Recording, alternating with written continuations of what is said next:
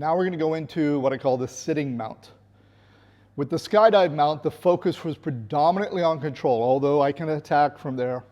It's more of a control and pinning position. The skydive mount is more of an attack position. Once I feel that my opponent has fatigued, I will often switch to this mount in order to attack. Again, you want the ability to go back and forth between these two. So why is it a good attack position? Well, because when I'm in the skydive mount, because there's no weight on my legs, it's hard for me to use my hands to attack them because my hands are having to hold me up and keep me in position. But when we go to the sitting mount, the weight will be on my legs, my shins.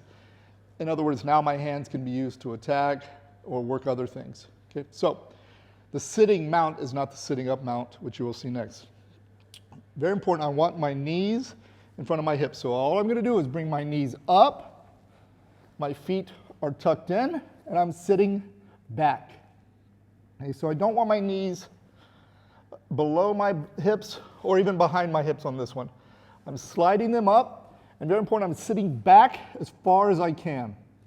Okay, so without my partner here, it's very much like I'm sitting in a wrestler's position, or I'm sitting inside control, I'm sitting inside the guard.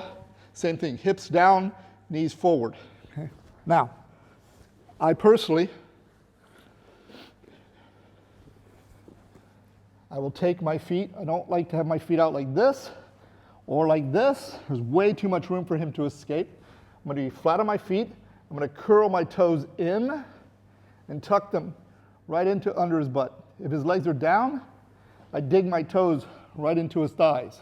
This means the moment his legs lift even a little bit, I can always switch back. Okay? So again, I'm not like this where my hips are up. It's like, yeah, he can start going to my leg.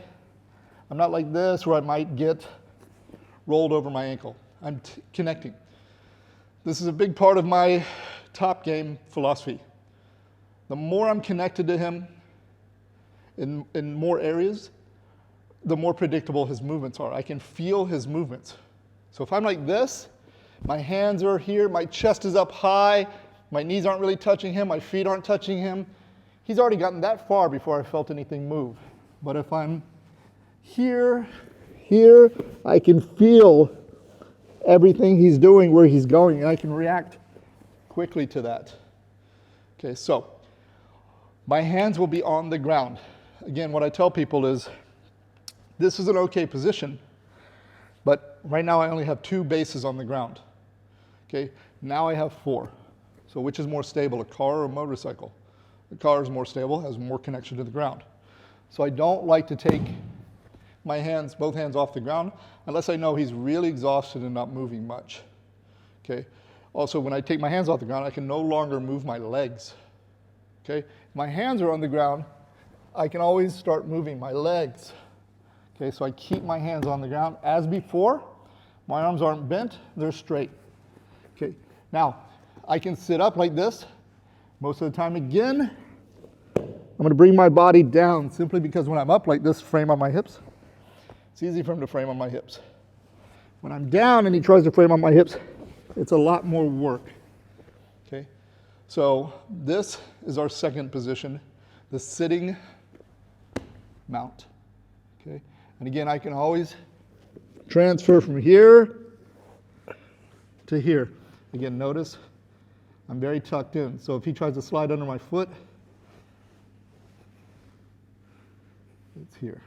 Okay, and that is our second mount position.